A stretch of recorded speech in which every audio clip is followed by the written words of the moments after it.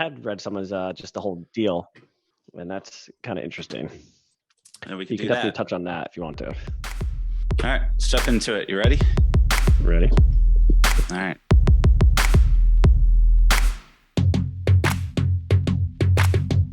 Welcome, Nerdy Sports audience. I'm your host, Tim, and joining me again today is my co-host, Scotty.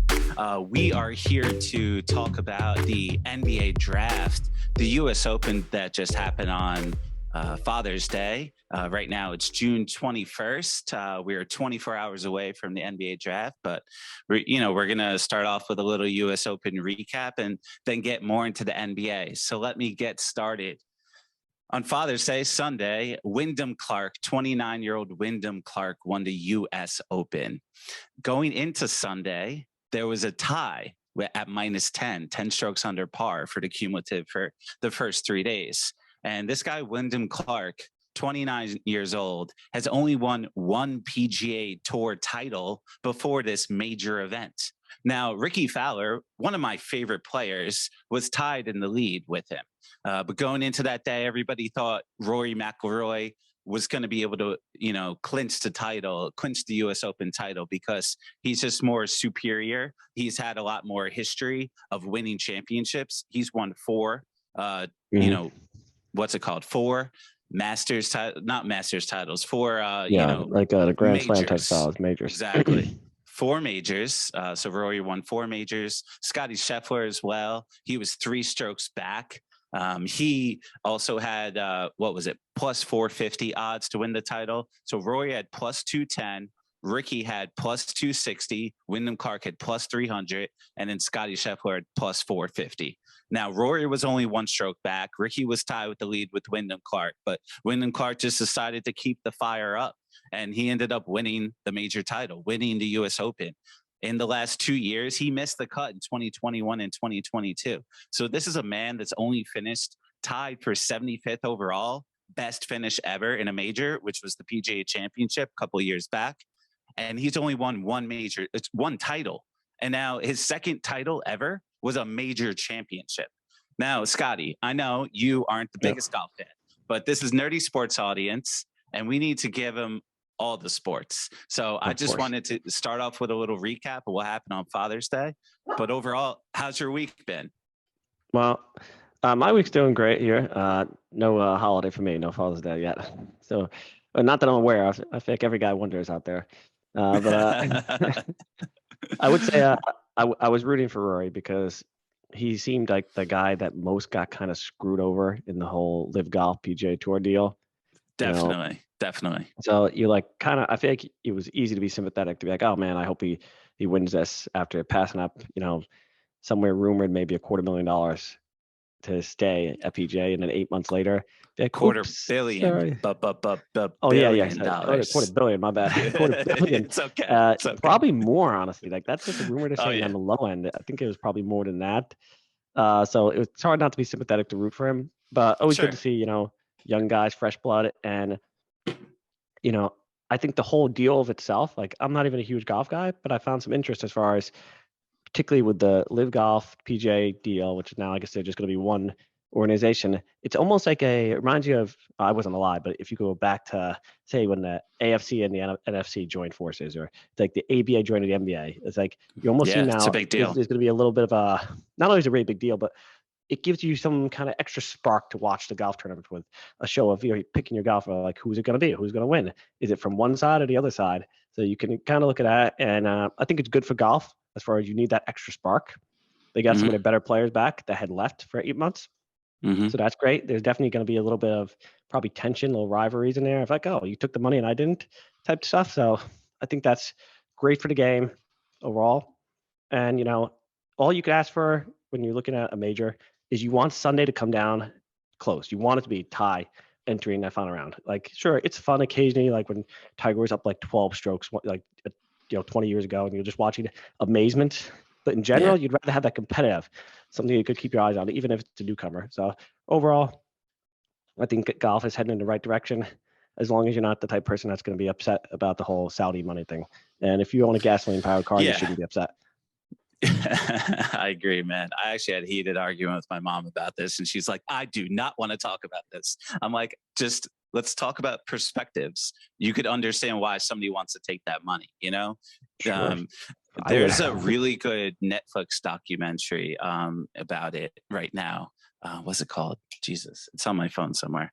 I'll pull it up in a second. But yeah, so Wyndam Clark as well is a super underdog story. And going into, to reiterate a little bit, going into that Sunday, it was really tight. Like Scotty Scheffler was only 3 back, and he's the best golfer in the game right now. And that's not that far back. And he finished, I think, third or something like that. But Rory was only 1 stroke back the whole day, and he was right there on his tails. And Rory he couldn't get a birdie. Really, he just couldn't pull through. But Wyndam Clark was able to get it done. I mean, if you look at Ricky Fowler's history, 2014 was his best year. So everybody's been waiting for Ricky to come back and get into resurgence. In 2014, he finished the U.S. Open, tied second. The Open Championship which is in England, tied second, and the PGA Championship, which is tied third. And then 4 years later, he finished second in the Masters. And then now we're 5 years later from that, he's finally back, and he finished 5th in the tournament. But, he kind of fell apart a little, came back to reality. Ricky's just been that guy that basically his Instagram followers is the best thing going for him right now. He's best friends with Justin Thomas and Jordan Spieth, who both missed the cut for this big major tournament, but those guys are 2 of the best in the game. It's really Dustin Johnson, Rory McIlroy, not Ricky Fowler, which is the funny part of it, and then Justin Thomas. And then Scotty Scheffler, he's only 27 years old, 26 years old, and he looks like an old man. So I hope to talk more golf in the future, but I think the live golf situation is going to get even the common fan like yourself intrigued, because it's a big news story, not just a big sports story. So it's something I wanted to start off the podcast with before we get right back into the NBA. But as you know very well, the Bradley Beal deal was the story of the week, I believe. Second to Victor Wembanyama, going to be drafted already first overall. It's almost a Glock that the Spurs are going to get him. Everybody's talking about is he going to get injured? But I want to start with the Bradley Beal deal. So what were your first impressions when you saw that text that Bradley Beal was potentially getting sold off to the Phoenix Suns for Chris Paul, Landry Shamet, and a couple of second-round picks? There was definitely a level of shock, out of left field. I didn't realize Phoenix was even that deep into the running. And then people had mentioned Miami, people had mentioned Milwaukee. So it was a little shock, wait, he traded where? Phoenix? Now, I understand afterwards it clicked in. I read he had a no trade clause, which is actually he's only the 11th player ever to have no trade clause. It's kind of weird. You think of LeBron and Jordan, places like that. Bradley Beal, no trade clause. Mm-hmm. Shout out to him and his agent, I guess. So I guess that had to deal with it. Is right. Right. I definitely think I'm going to stick on that actually for a second. I was about to move on, but it makes me wonder if I'm a player. Maybe that's more important to me. Maybe I take 10 million. Yes. Maybe I'll say, instead of 250, give me 235, give me a no trade clause. Because in the NBA, as you know, nobody, no sport players move more. They're always being traded. It seems even you'll have 4 years left in their contract. The Ben Simmons, James Harden, players that you think they can't be traded, and somehow they're traded. So once you get that no trade clause, you can really you have so much leverage on your team on where you want to go. You can basically pick your team. You do. So yeah. If I was a star player, 200 million is already a lot. So instead of 250, like I said, give me 235, no trade clause, even 225. I'll take a little cut, no trade clause. Then now I have complete control of my future. If I love my team, great. I'll play the 4 years. I missed out on a little bit of money, make up endorsements. If I don't, I can demand a trade. I have all the leverage. You're 100% right. And it's joked about that Bradley Beal has the worst deal in the NBA. According to his contract. No, exactly. But from perspective of the ownership side, he's this guy that's I don't know, maybe a top 30 guy, pretty good scorer, but terrible defender. But how much do we really know? Is he giving his all in Washington? Sure. I don't want to kill the guy right now, but I definitely hated the deal immediately because I'm this is not what the Suns need at all. They have Ayton, Booker, and KD. That's basically all they have. I get it. Chris Paul, I mean, he's gone now. Who knows? He's definitely not going to stay in Washington. I'd be shocked there. But we kind of felt like he wasn't really going to stay there. But you have this guy in Bradley Beal whose best assets are what Devin Booker and KD do best. They are the best mid-range shooters in the game. And if you include Chris Paul, another lethal mid-range shooter. His weakness was when he was in Houston with James Harden, D'Antoni was like, all I want is layups and threes. But he's like, bro, I don't shoot layups because there's guys like Victor Wembanyama, 7'5", going to block my shot. I need to create that space and get that mid-range shot over. That's what Bradley Beal does pretty well. And I'm sure he could improve that spot up 3-point shooting. But you don't bring a guy like Bradley Beal in to be a spot up 3-point shooter. But that's the type of people they need. They need floor generals, spot up 3-point shooters, 3-and-D guys, honestly. They need Mikal Bridges. Sadly, they had to give up Mikal Bridges to get KD or Irving, whatever situation that was, I think. No, it was to get KD. But it's just what a wild year it was for the Nets. That's what came to my mind there. The side fact from that, like Bradley Beal deal, he is the worst contract in the NBA. He's going to get paid 50 to 60 million over the next couple of years. That's not a 50 to 60 million type of guy. Like, and you're going to have to pay Booker, Ayton, and KD between them. What was it, like $263 million next year? Which the market cap's like 160. So most teams are paying 160 million for their whole team, and you're going to pay 100 million more to 4 guys. What do you think is going to happen to DeAndre Ayton, or what do you think is going to happen next for the Phoenix Suns? Well, I mean, I think they got to trade him. Like the roster, the money, it has to happen, and it's no secret, that would not be a shock. All the signs have been there going back really to last offseason when they, didn't initially extend his contract, let him feel out the player option. Basically, I believe a unrestricted free agent. And then they gave him the contract. So it was like there was tension there already. They could have signed him in the previous offseason or even midseason, like giving him an extension. They didn't, he didn't get along with Monty Williams.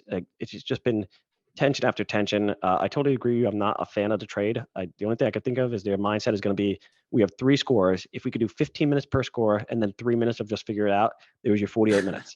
Basically, everybody gets the ball for 15 minutes, so they just take over the game. I don't like the trade either. I don't think it fits.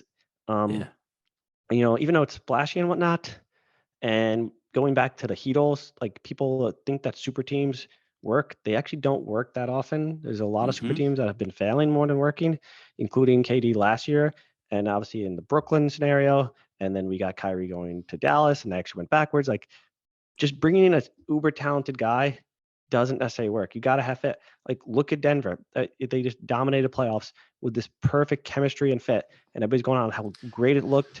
And depending on your opinion on Jamal Murray, who I think fairly high, but entering the playoffs, he was ranked like 34th, I think, something like that.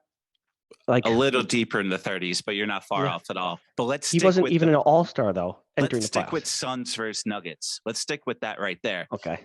The Suns got smacked, as you said. It was like the biggest beatdown of a 6-game series. So you're telling me you're replacing CP3 and Shamet with Beal, and that's going to make you surpass the Nuggets? Like their odds. So the Suns' odds went from plus 850 to plus 650 with getting Beal. And I think that's pure hype. Big name. Yeah. You add a name, and that's what new owner syndrome is. Matt Ishbia's like, I want some flashy names. Obviously, you're going to go to KD, and he's like, dude, I love Beal. He's a cool guy. He's a great player. Yeah. Like, I like his skill set. But, it's just not a good fit. It's just not a good seamless fit. Not trust KD to build a team. Kyrie, Harden, KD, LeBron is the same thing. I mean, God, no, look at Jordan's, terrible Charlotte career. Like all-star players are not known for their ability to build teams. Not since basically Jerry West has a Hall of Fame player, but a great GM. It doesn't traditionally combine. So, I'll give, the New Orleans Suns something. Like he's given the fans a lot. Like he's making trades. He's making you come to your TV. I'll give you that much. Like, so that's, I guess, good true. For the sport. So, in that sense, but as far as winning a championship, I don't think it's a good fit. I don't think it's going to work. And Beal is he's not super young or super healthy. He's healthier than Durant generally, but we got 2 of the guys, Booker should be fine. But we got two guys now that have some recent injury history. All of them are starting to get up there. Like we can't assume this team is just going to get to the playoffs healthy. That is now an assumption. So, with Denver, you're like, oh, they're definitely going to be there. They're definitely going to be healthy. The chemistry again. With Phoenix, you worried about the chemistry. First year coach on top of that now. Not first year, but new coach, new players. KD only played, even including the playoffs, he played like 20 games for the Suns. So he's still got a gel. Now you bring in Beal, who's got a gel. You have new coach who's got a gel with all the players. So there's a lot going on here that you're hoping that your team is going to get to the playoffs, not with the same coach, God forbid. What if the first 40 games, they're like, I don't know, 17 and 23? Do you fire the coach at that point? Maybe you do. Maybe it's a scenario like happened in Cleveland. Remember they David fired, yeah, which like you're in a scenario where you're like, we got all this talent, we can't waste a year because KD's getting up there in age. You can't waste a year. So if you're 40 games in and your team's bad, now you're in a situation that's like, shit, do we move the coach? Do we cut bait this year? Do we ride it out? What do we do? Like there's a lot of pressure, a lot of moving parts. Not so a fan, much pressure, but man. I guess excitement. We love chaos. Fans love chaos, so it's that we got that going on. And now this only hurts KD's legacy more. I mean, the list of superstars he's been with. Here's just another guy. It's like good for him. Like that laundry list is insane. There's no win for him here. If they lose, he's going to take a hit. If they win, they're going to say, look at all the talent around you. So he's not even going to get that ring where it was like he moved to Brooklyn and you could at least say, well, if he gets the ring, it's more KD's team, even though he was bringing stars with him. Even last year, like, listen, don't tell me this wasn't KD's team because when he joined Phoenix, they were not that good a team. So you could really say if he wins the ring, we're going to give him all the credit. Well, now with this roster, if he wins the ring, how much credit is he going to get? Or is it going to be kind of like a Golden State ring where it's like, well, you didn't really carry the team. Well, Booker's the guy. Booker's definitely the guy mentally and scoring wise and assist wise. Like Booker's going to have to be the floor general and KD's going to be pushed into an uncomfortable situation being the big man, especially if they, for some reason, get rid of Ayton. But let's combine DeAndre Ayton and Victor Wembanyama and give us a nice seamless path to the NBA draft. So I was looking at the top centers in the game. And funny enough, they are basically the best players in the game right now. You have Nikola Jokic, Joel Embiid, Anthony Davis, Bam, and then probably Ayton and Wemby. And you could argue that Wemby is already better than Ayton.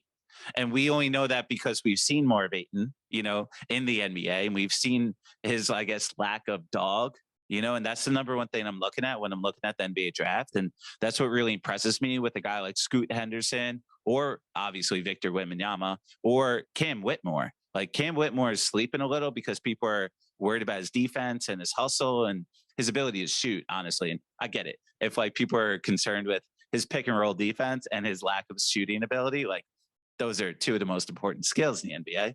And he's still a top 10 pick, but he's got that dog in him. And I saw an interview with Cam Whitmore, and he was saying, I'm a Jimmy Butler type of player, not based on my game, but based on my mentality. And if he could prove that's real and not just BS talk, that's the type of player I want. Like Jimmy was the 30th pick. So it really doesn't matter where these guys go. Actually, the 30th pick only helps you because you're on a great team. If you're the 30th pick, exactly. But lucky for Victor Wembanyama, he actually fell to a good organization, especially an organization that's familiar with dealing with French players. And Victor Wembanyama's models himself right now after Pistol Pete, and Tony Parker is one of his biggest idols and role models and mentors right now. And it makes total sense being a Frenchman. So when he was sitting back, so JJ Redick just had him on his podcast, The Old Man and the Three with Tommy Alter, and they had Victor Wembanyama sitting down, and he's just so composed. His mentality is ready for it, and he seems comfortable being a big man. And the thing that really scares me about big men, second to their feet and their, ability to just get injured so easily, is are they comfortable being big? Are they cool with that? Like he's 7'5". He threw out the first pitch at Yankee Stadium. There's a photo of him. Literally, his entire hand is engulfing the baseball. And he launched the ball into the stands after he he threw out the first pitch. He got the ball back, and Yankees head coach was like just shocked, like, what is this guy doing? But he doesn't know, New York culture, baseball culture. He's a French guy. Like they don't know that. But what are your thoughts on the NBA draft so far? Take it away and talk about anybody you want to talk about. I just mentioned at the end there, I said something about like chaos is fun. So honestly, what I'm hoping, I want to see multiple trades. If we could see like 2 trades even, I'd be so happy. I want to see like Dame traded at some point. I want to see action. Yeah. I want to see, it's like if the draft order is just what it is predicted, basically, then it becomes less entertaining. So I want to see some action happen. I want to see chaos. I mean, hell, if I could see the Spurs make a trade, even if they traded like future first round picks or something and tried to go to a player right now that's under a contract, like Aiden doesn't fit for them, but somebody that is trying to get out, and there's always a few players trying to get out. They got the extra money, so they could take a bad contract. They could have taken a Bradley Beal type contract because they got all that extra money. So it's not poor for them. So I'd love to see that. I mean, hell, maybe they could even get in the Chris Paul sweepstakes. They say he's probably going to be cut.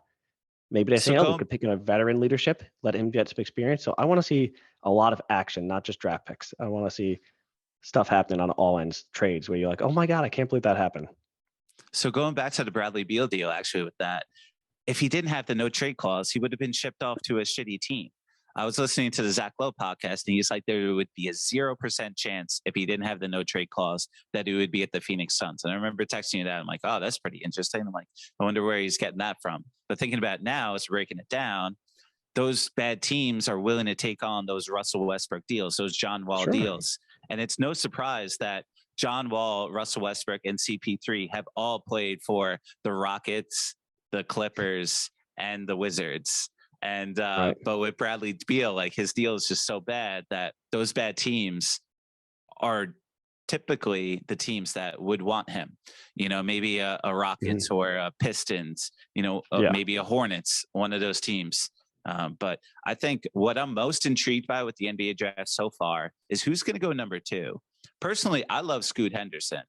He's on the G League Ignite, but he's more that, like, he's almost like Russell Westbrook with patience. Almost, his best case scenario, of course, like, imagine if Russell Westbrook actually had like awareness, social awareness, or personal awareness. Right. But if you could mix, like, the perfect player, if you could mix Russell Westbrook with CP3, that would just be incredible. And the way he could, like, almost command that mid-range game really impresses me. And maybe it's just because I've watched the most film on him, like second to Wemby. I definitely have watched a lot of Scoot Henderson and Cam Whitmore. They're just like, they got the dog in them, like, simply put. And those are the players that I'll bet on their personality and their mentality more than your ability. Because at the end of the day, if you're skilled and talented, but you're not willing to put in the work like Kobe, you're probably not going to be one of the greatest of all time. I'm very interested in where Scoot Henderson goes. I think he has a potential to have a almost like Carmelo Anthony to LeBron's rookie year, where I think he could have the better rookie year actually over Wemby. Yeah, sure. Because I think that his game translates a little easier compared to a big man. Big men, sometimes it's harder, especially foreign big men, translate. And you hope not, but you're about the size of, could there be an injury problem there? I think Scoot could go right in and kind of, I'll compare like Carmelo, where I think Carmelo won the rookie of the year. Was like, oh wow, he was scoring like game 1. He was just lighting people up. I could see him doing well, and depending on where he goes in the right spot, maybe he could even make his team push for the playoffs. I think it's possible. It's pretty much either Charlotte or the Blazers in Portland. And a lot of people are saying Brandon Miller's out of Alabama is going to go second. Like, it's almost a lock, but I'm curious what the odds are. Do you have the odds in front of you? You want to pull them up? No, I don't have the odds, but what if, I'd love to see something like this. Like, give me Scoot Henderson drops a 3rd, and then the Blazers trade him, and they pair up somebody with Dame, even though they want to trade Dame. So there's something crazy. Like, somebody mentioned they could trade him to the Pelicans for Zion. And now that makes the Blazers fun to watch. That makes the Pelicans fun to watch. Like, that's the type of stuff I want to see. I would love to see something like that, something crazy that would definitely be like just fun to watch.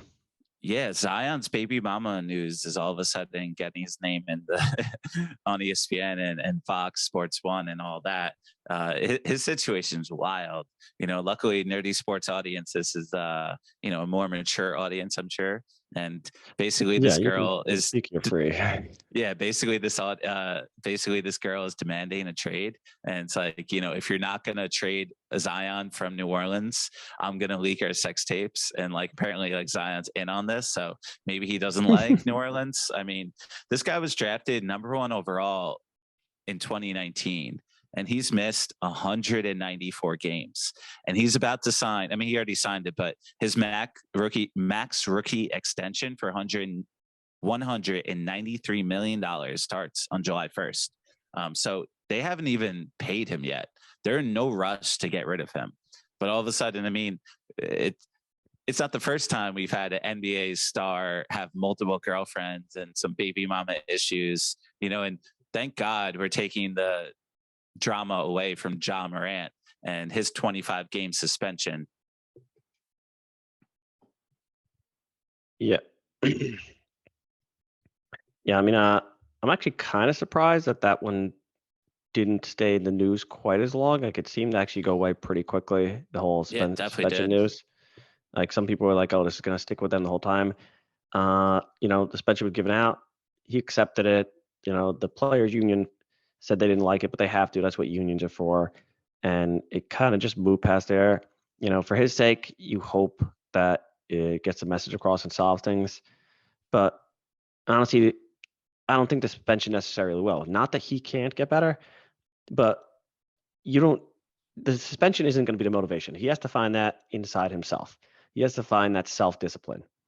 Like, clearly, because you can't say, oh, it's suspension, look at all the money he's losing. Well, he lost basically $40 million by getting suspended and messing up his chance of being on, an all NBA team. That's basically how to mess with the contract. So I don't think suspension is necessarily the motivation. It's more of, is it the final straw? Is it something that can ignite something in him to want to change? And, basically, I think he's got to get a new group of friends. Maybe he's got to talk to his dad. That's not the best relationship, I feel like. And Nope. just figure out a way to move on. But I don't think it's necessarily the suspension. You're just hoping that it's enough to, not the suspension as a whole, not like the 25 games or the money he'll lose from it, but is that enough to just wake him up, to just get him to move on to something different?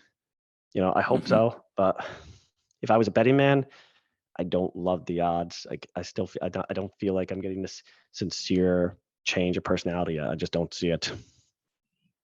No, I mean, especially like Dylan Brooks is rumored to get off the team too.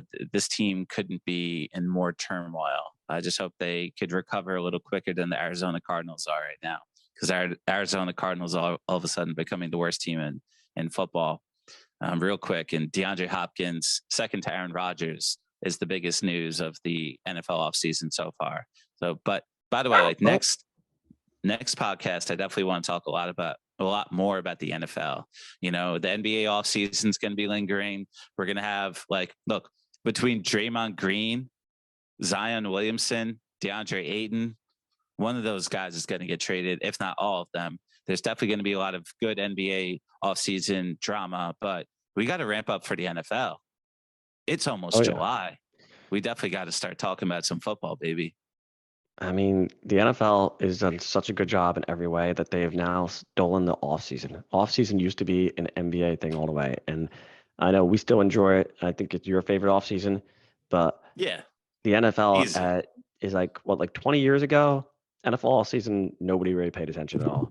You didn't care. You covered the draft, you moved on. Now the NFL offseason is filled with drama, and there's trades, and people are wondering like, oh, what's going on here? What's going on in Buffalo? What's going on with Arizona? What's going on with the Hopkins? Like, this is, you can basically do NFL now 12 months out of the year, because it seems like there's always something going on. And you got to credit the NFL as a whole, the way they've moved their schedule around, pushed free agency, pushed the draft to order things. So there's always kind of something going on. Mandatory minicamp, regular minicamp, always something going on. Yeah, I'm definitely want to get that. At least you could say the Cardinals have a plan. Maybe their plan is tanking. Maybe it's like, we got to get Caleb Williams, so let's just tank this out. That's like a better plan than maybe the Grizzlies have. Why don't NFL teams tank more? I mean, I guess it's hard to actually not try playing football. You can easily get hurt, but like you're locked in at that number 1 pick. Like the NBA draft lottery is built to avoid tanking or at least limit tanking. But I actually got a football question for you. I've been starting to research a little bit more. So talking about the Bills, I'm curious how you feel about the AFC East. You have the Bills trending down. I'm not the biggest fan of the New York Jets odds wise. The Dolphins, maybe, if you could trust Tua, he did have 3 concussions last year, but Mike White's a decent backup. Before he got hurt, he was doing pretty damn good. And his ribs just got literally blown to pieces. So I think anybody would have, not been able to play in that situation. And then, the Patriots are actually plus 750 to win that division. And I hear a lot of people, chiming in there. Like Mac Jones is decent. They had a pretty good draft. I think the Eagles had the best draft. And I'm trying not to even be biased there, but they crushed it. They just got a bunch of big Georgia boys. But how do you feel about the AFC East? That's got to be arguably, if not the most interesting division. For interest, I'd say number 1. You got the Aaron Rodgers by itself is interesting, and then you add in what's going on with Buffalo. You add in the Tua, is he healthy? Is he not? And then you always have Belichick. Now we have Hopkins, who's visited the Patriots. It's like 3 times or something. Like, is he going to go or is he not? At this point, he's just like, yo, what you up to 2 a.m? I'm like, okay, you going there or not? But I'm pretty down on Buffalo. If you told me for a fact that Tua was going to be healthy, and obviously that's a huge if, I would take the Dolphins. And honestly, not even think about it. I would take them all day. They got Jalen Ramsey and Xavier Howard. And Vic Fangio is a defensive coordinator. And last year, Mike McDaniels actually showcased he's an excellent head coach, not just good. Very good. He's maybe on Sean McVay's level. He's that next guy. I have a lot of faith in the Dolphins. They're just not that historic organization that you're going to have full faith in. But I don't have faith in the Bills. I do not have faith in the Jets. The Jets have arguably the worst offensive line in the game. Well, I'm starting to pick up on the Jets. I got to be honest. Rodgers is old as fuck, bro. I'm not. Come on. Jets are not my team. I'm a Giants team. So Jets are not. It's like it's anything's a rivalry. But I'm starting to pick up a little bit just because Aaron Rodgers is seeming more and more dialed in. So unless you say he's just too old, he's so dialed in. When he's dialed in, you look at when they drafted Jordan Love. He was angry. True. He had a purpose. When he has a purpose, his level changes so much. He looks so dialed in that I'm starting to get on the bandwagon a little bit. At first, I didn't, but now I'm starting to get intrigued by it. And I think the Bills are in trouble. I would not be surprised. I'm not saying it's going to happen. I wouldn't be surprised if the Bills finish 3rd in that division, go behind the Jets and the Dolphins. Me either. No, so, I'll be honest. I'm probably having a little bit of fatigue with Aaron Rodgers. He's literally in the news every single day. It's like he's LeBron James or something. And I'm like, come on, man, I get it. He's on the Jets. Like, this isn't like that crazy of a news. Like, let's talk about other teams. But I get it. He's a fun name. All of a sudden he does ayahuasca and everybody wants to talk about him. He's on the Pat McAfee show and he's like the number 1 thing everybody wants to talk about. Yeah, I'm probably just fatigued. I'll be honest with you. I'm like, get this guy off my TV screen, but I'm in control. I could shut off. Sure. And I do. I'll be rooting. I'm like I said, I'm a Giants fan from New York, but since I'm a Giants fan, I'm not a Jets fan. So I'll be rooting for the Dolphins. I would love to see the Dolphins win the division. That would make me the happiest of all the teams. If I could just pick, that would be my rooting interest. They're also really exciting to watch. When you got Tyreek Hill coming up there, Waddle, they're exciting to watch. I'll be rooting for the Dolphins just as far as a fan goes. They arguably have the best wide receiver combo and the best D-back combo. Like, those are flashy positions that are fun to watch. And they have some good linebackers and defensive linemen as well. They're pretty stacked. I got to do a lot more research. But when I was looking at their team, I was like, damn, maybe I like the Dolphins a lot more than I originally thought. I think the Eagles and the Bengals are probably the 2 teams, and the Chiefs. Let's give Patty Mahomes some credit. And they did just win the world championship, right? But, the Bengals and the Chiefs, and probably, honestly, I know another bias situation where I'm talking about the Miami Heat, but I don't think anybody can compete with the Philadelphia Eagles in the NFC. Am I crazy? Let's see. I think they'll definitely win a division in the whole NFC. NFC. I'm still a big fan of the Niners. I know they got crushed, but keep in mind that game was Like, Well, I I mean, feel like Mike Shanahan just gets all this credit just because, like, I understand football is a coaching sport, but like, yeah, did you see how trash the Panthers were last year? Like, they were yeah. in every game, but they blew it because of Sam Darnold.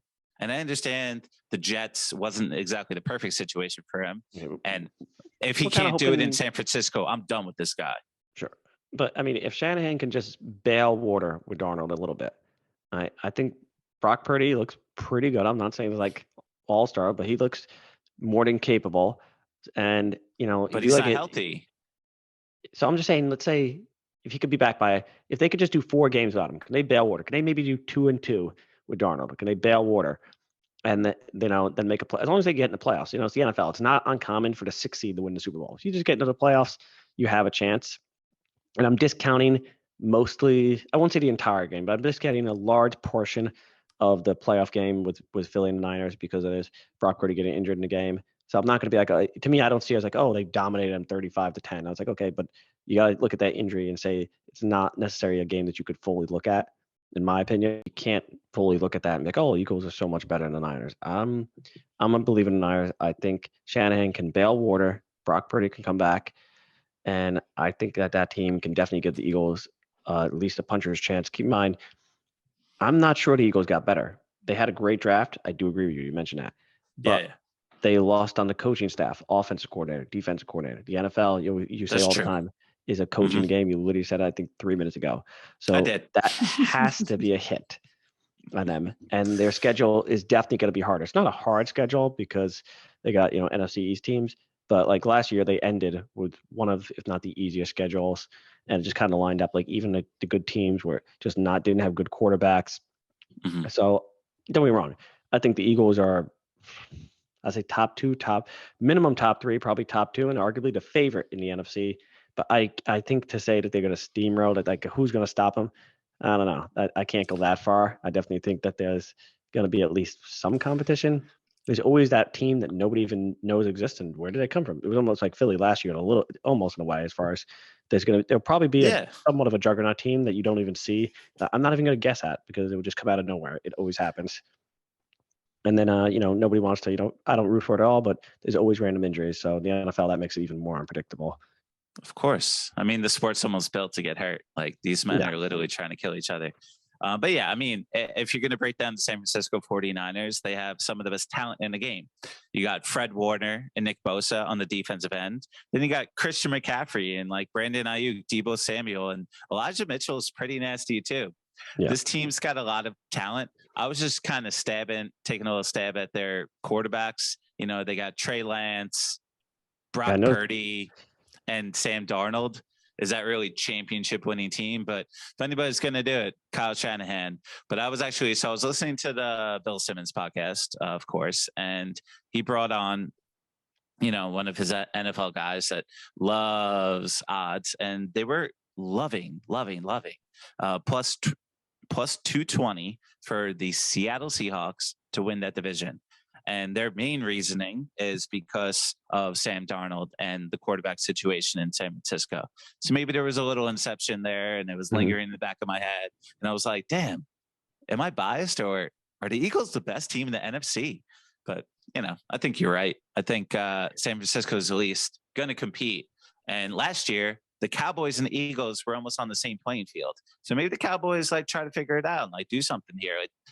Dak's not that bad. I like to joke with Nick, our boy Nick, a huge Cowboys fan, about how bad Dak is, but he's fine, And Jalen Hurts is all of a sudden getting a ton of love. I just think his personality is in a way that it's not going to go over his head. He's still going to grind. I think even if people just like Patrick Mahomes, people say he's the greatest quarterback in the game, he's not all of a sudden going to work less. He's humble, he's honest, he's a good teammate. Everybody seems to rejuvenate themselves and build a great career for themselves around them. And look, Jason Kelce was going to retire, but it's because of Jalen Hurts that, he's staying around for another year. I just also am biased. I'll be honest. I mean, the Eagles and Miami Heat, those are my teams for sure. So when we were talking about the NBA playoffs and I, didn't want to give up on the Heat, there was definitely a little bias there, but who would have thought they were going to make the NBA championship, right? Like we've gone through that before, but the Eagles are at least on paper more stacked up, definitely way more than the Miami Heat. Oh yeah. I mean, like I want to disagree with you more, but I mean, like I just take a quick look down the line again. The NFC is looking so weak. It's hard not to love Philly there. Like you could say stuff like Super Bowl hangover, and yeah, that is kind of a thing. But even with that and the coaching staff, I feel like they can coast to 11 wins. Oh and my God, I hate when you say things like this. I know you're not wrong, but I mean, especially the South, the NFC South. I mean, come on, the Atlanta Falcons, the Saints are the favorite because they got Derek Carr. Like, come on, that's not enough. Like, he's fine, but he's not. Who wins the South then? You don't like the Saints? Who do you like? No. I'm sure they'll win it. Like, they're pretty good, but people are like, well, Mike Thomas is coming back. I'm like, really? Like, when was the last time he did anything? 2 years ago? 3 years? I don't even know. Like, it's been too long. I think the Panthers got a shot. I mean, but you're going to rely on a rookie quarterback. And not just a rookie quarterback. So someone similar on the opposite spectrum as Victor Wembanyama is Bryce Young, number 1 overall pick, tiniest man we've ever seen. But once again, we're concerned with his thin frame. The thing that scares me about Victor, he's going to get pushed around so much, but he's going to come back on the opposite end and bang on him. And he shoots these like one-legged threes. He's just incredible. He's 7'5".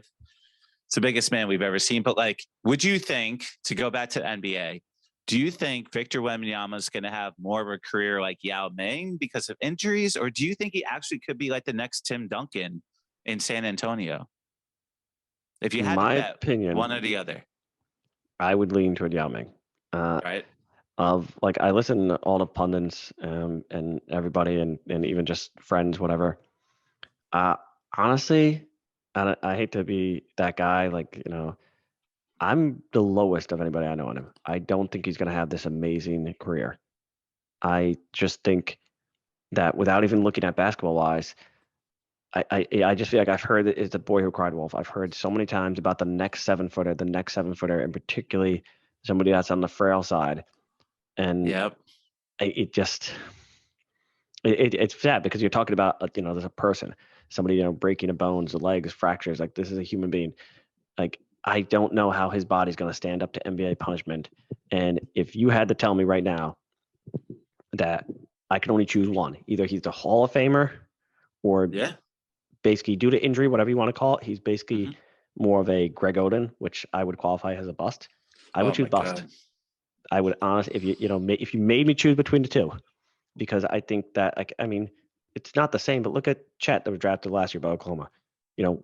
Like, first game, 5 minutes into the game, boom, breaks a bone. He's a small, not a small, he's a tall guy, but lanky and similar body frame. Like, I mean, I'm glad you brought him up.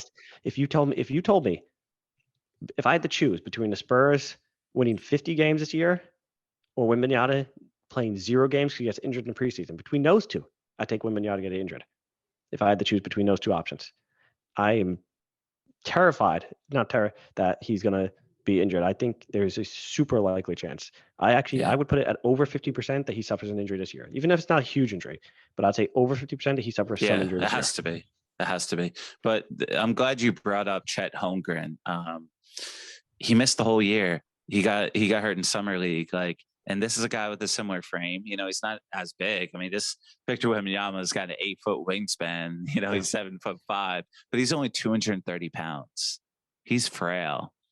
And he's doing these like crab leg workouts where he's like walking on his fingertips and his toes, tippy toes, just like strengthen everything. And he's working on it. And apparently he's been, since he was like 12 years old, like prepping to be an NBA player. And literally they built a trash team around him in France just to make sure he was the guy, and he was prepping himself to be an NBA player.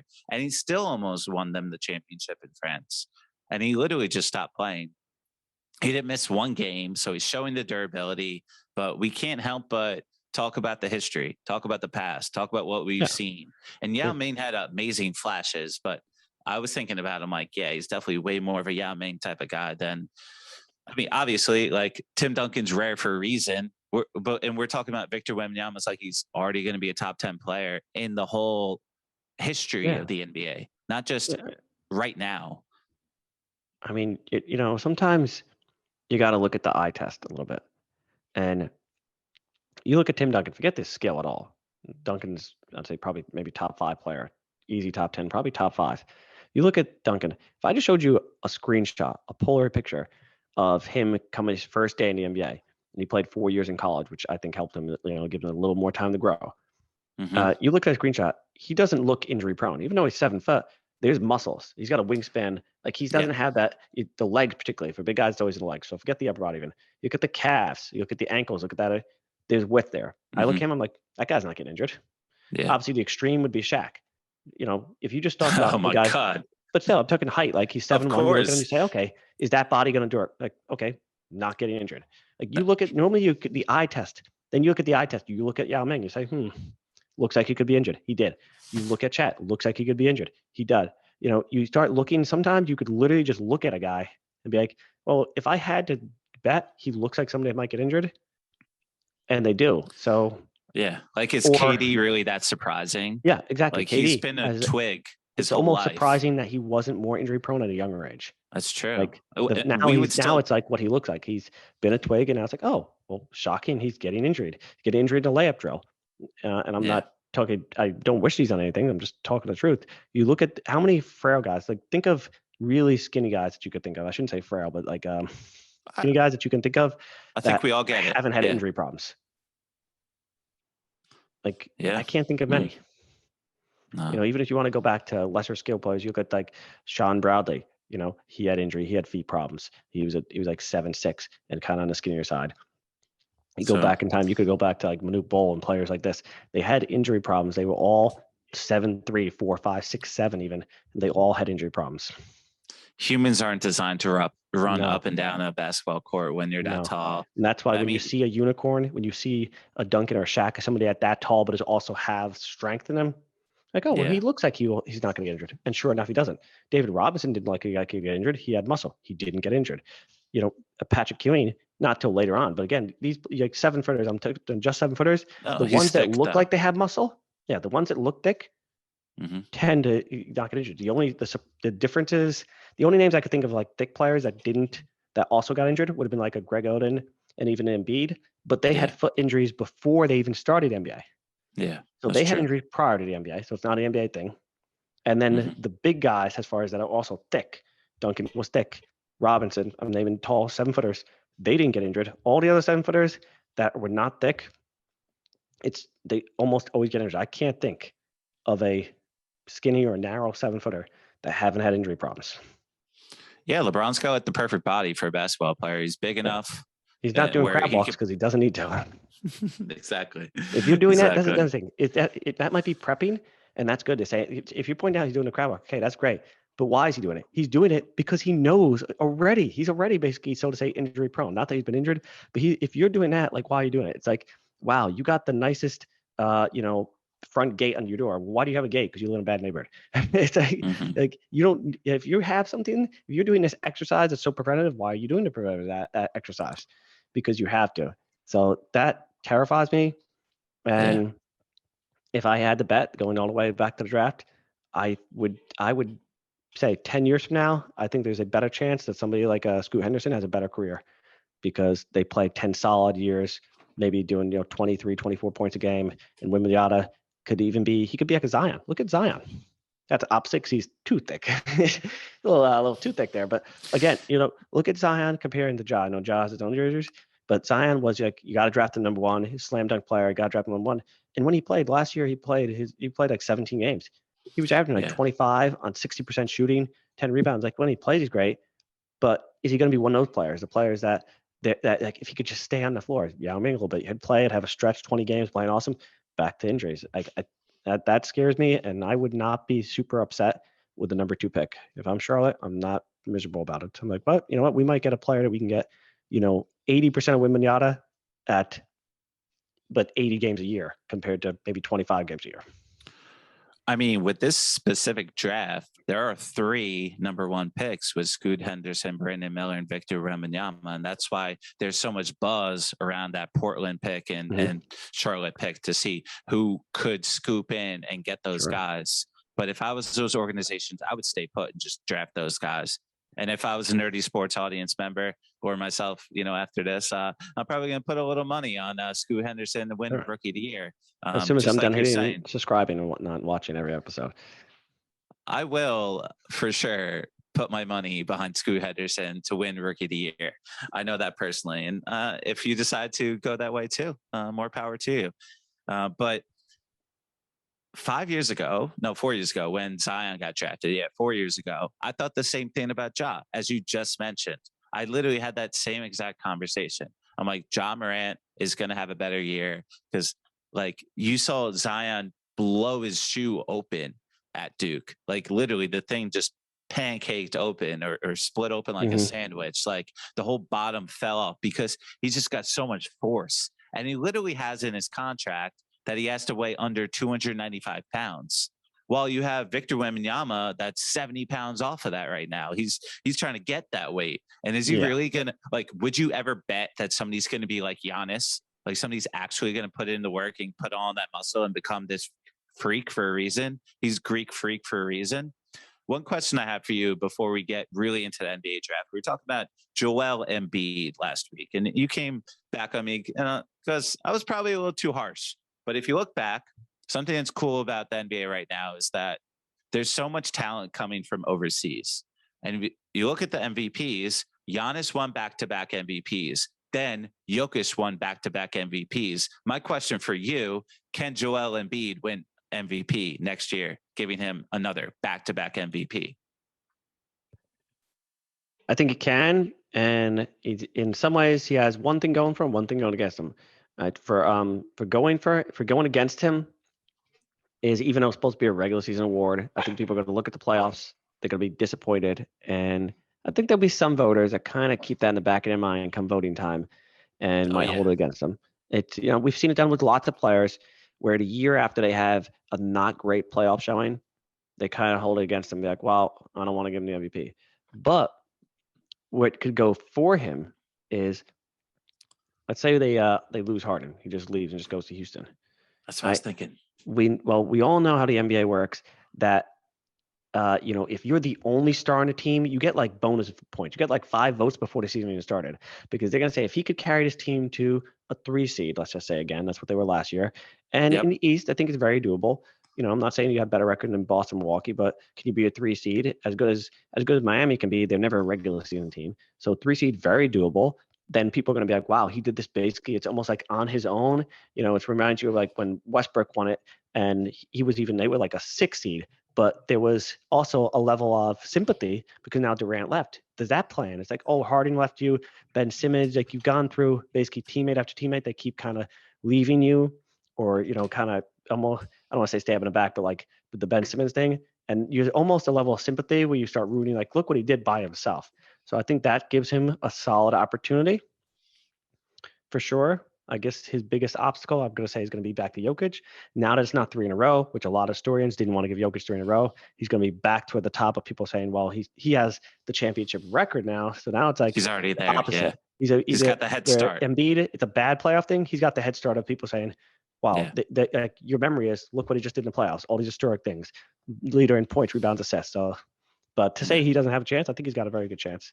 Especially, I think it helps his odds if they lose Harden and get nothing else in return. That actually helps his odds. It adds sympathy, and the ball just feeds him. He could average 35, 40 points a game, basically, because it's just going to be him and who. Yeah, and what if he could average like 3 blocks a game? Like, Nick Nurse is a great defensive head coach. And if they get rid of Harden, all of a sudden Maxey becomes like an automatic all-star. He's like, it's because of Joel Embiid. And if they get some role players around him, like, I think they could build. They could build something. Maybe Boston pulled back with all that tension and coaching problems. Who knows? Maybe Maxey takes a bigger step forward, and Philly somehow becomes that surprising team. They become the 2 seed. Yeah. Like, wow, look how Embiid did all this. And so Milwaukee's a mess. They're looking to get rid of Brook Lopez. Chris Middleton's been in the news. Drew Holiday's like 34. There's a lot going on there. There's reasons why we felt good about the Miami Heat, but the Miami Heat aren't really a regular season team typically. So I could see Embiid maybe want to prove the haters wrong too. Yeah, he should have a ton of motivation. I mean, he should have the motivation of that. And is it possible? I'm not saying it's a favorite. It's possible Philly could actually get the number 1 seed. You just broke it down. Milwaukee takes a step back. Boston takes a step back. And nobody coming from behind them as you look at the A playoffs team, nobody's going to increase in the regular season wins that much.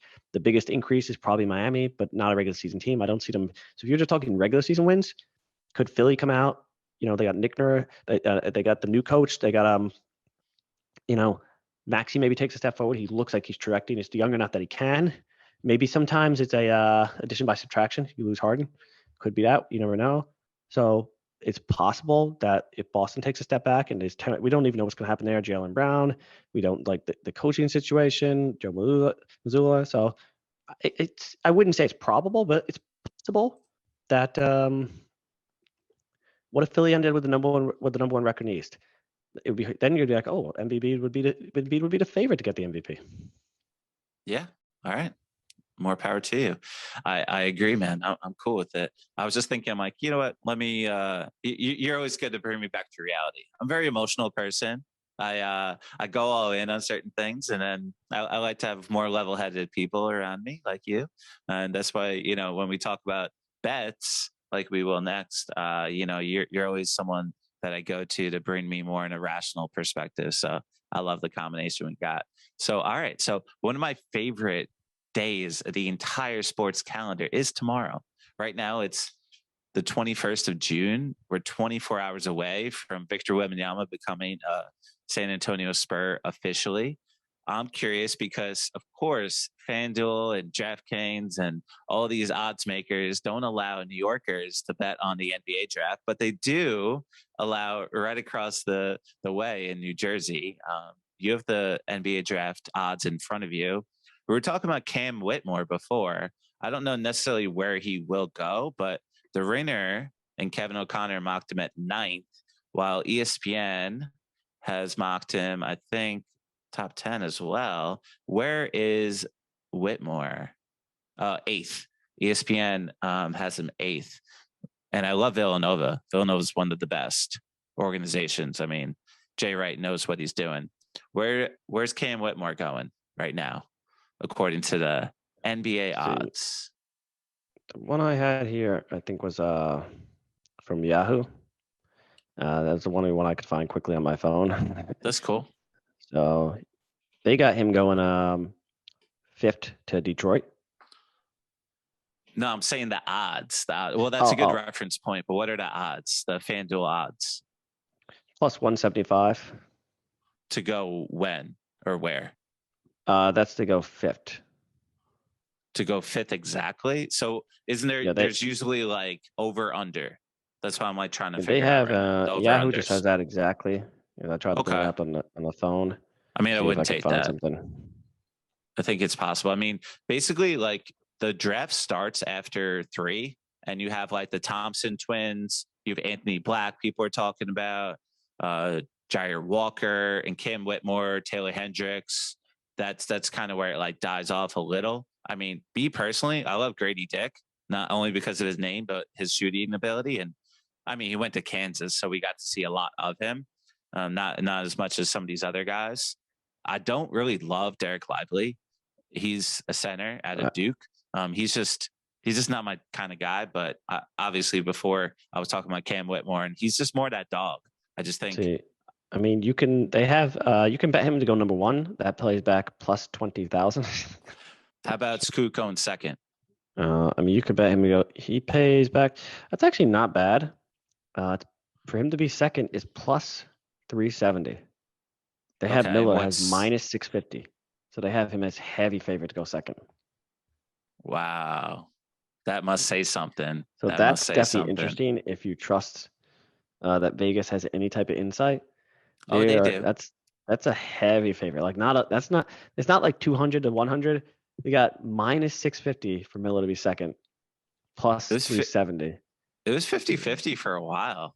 That's interesting. That's good to leave off on. I love that. Yeah, we could so you heard it here first. Cut right in there. You heard it here first. Definitely, Brandon Miller is going 2nd overall. I mean, I wonder who's going to draft him. Certainly looks that way. Yeah, I'm surprised. I thought it'd be closer to maybe the plus 200, minus 200, something like that. Sure. The swing here is basically 1,000. If you look at minus 650 to plus 370, That's 1,020 swing in direction. That's insane. That's tremendous. So before we leave off, I got one last question for you. The number one guy we did not talk about right now is Draymond Green, the leader of the Golden State Warriors mentally. We all know Steph Curry's the guy there, but he all of a sudden denied his player option. Bob Myers is no longer with the team, so the team potentially could be turmoil. And all of a sudden, Jonathan Kuminga literally grew 7 inches like in the past couple of months. If you see some of his videos, like a Mario mushroom there. It's insane how much this guy's grown past couple of months. Do you think Draymond Green goes to the Suns? Do you think he goes to the Lakers? Do you think he stays with the Warriors? I mean, I can't see him going to the Suns because I can't see him it'd have to take a veteran minimum or something. Like it'd have to take a really small amount, even if they traded an Ayton type of trade or something like that. Because like the Warriors, so that's the rumor. The Warriors could really use a guy like Ayton. I mean, they wanted Wiseman, but they literally let him go for nothing. All they need is a warm body. I think you can officially call that pick a bust. Oh my God, of course. So, I mean, for the Warriors, I think I like the idea of getting Ayton. For Draymond, I don't know. Don't know how the money would work because in my mind, if I'm Draymond, like, why did I pass up on $27 million unless I think I could get more somewhere else? But even with trading Ayton, I don't know the salary cap off the top of my head if that actually works out where they could afford to pay him because now he's going to want more. If he opt out at $27 million, I'm assuming he wants at least 30, 35.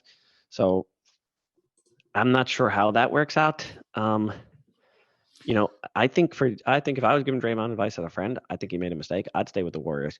I think it's one of those things where it's a perfect puzzle piece. They make his value better and he makes their value better. So I'm not just saying it's like they all give to him and he's not giving back, but I think they both enhance each other in a way that they only can. I think Draymond on a different team is not nearly the player he is in the Warriors. And vice versa, I do think he helps the Warriors in a way that other players can't.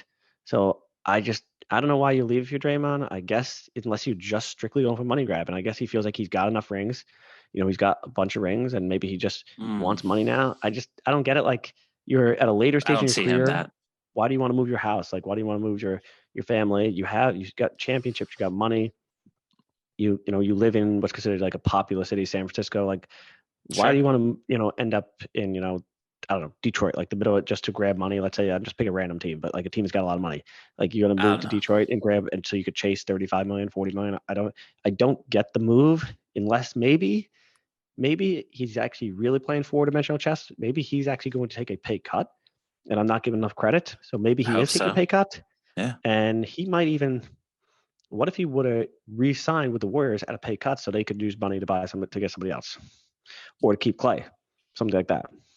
I love it. I mean, I'm definitely rooting for the Warriors to do something. They got to leave Steph with the best possible opportunities, Just because Bob Myers is no longer there doesn't mean you're going to stop trying to win. You got Steve Kerr, one of the best coaches in the game, and still a top 5 player, potentially, arguably the best player in the game. Jokic could digress, so we could get more into that after the NBA draft. But one last thing I want to leave the Nerdie Sports audience with is when you think about the draft lottery at 14 guys, and historically out of that, you're going to have 4 guys that are NBA All-Stars. You're going to have 3 guys that are like key starters. Then you're going to have 4 guys that are role players and 3 guys that are out of the league. So just because you're a top 14 guy like Anthony Black, the odds are you're probably not going to be as great as people are hyping you up to be. Sure. We still want to go see, project where they're going to go.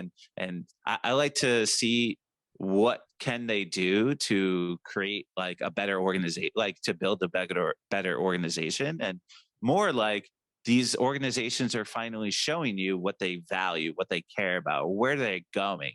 And exactly what you said before, we're rooting for chaos. We want trades. So thank you again. Thank you again, Scotty. Thank you, Nerdie Sports audience, for watching, listening, and subscribing. Please drop us a comment on Instagram. You can find us at Nerdie Sports, and I will get right back to you. But as always, Scotty, keep it nerdy. Peace.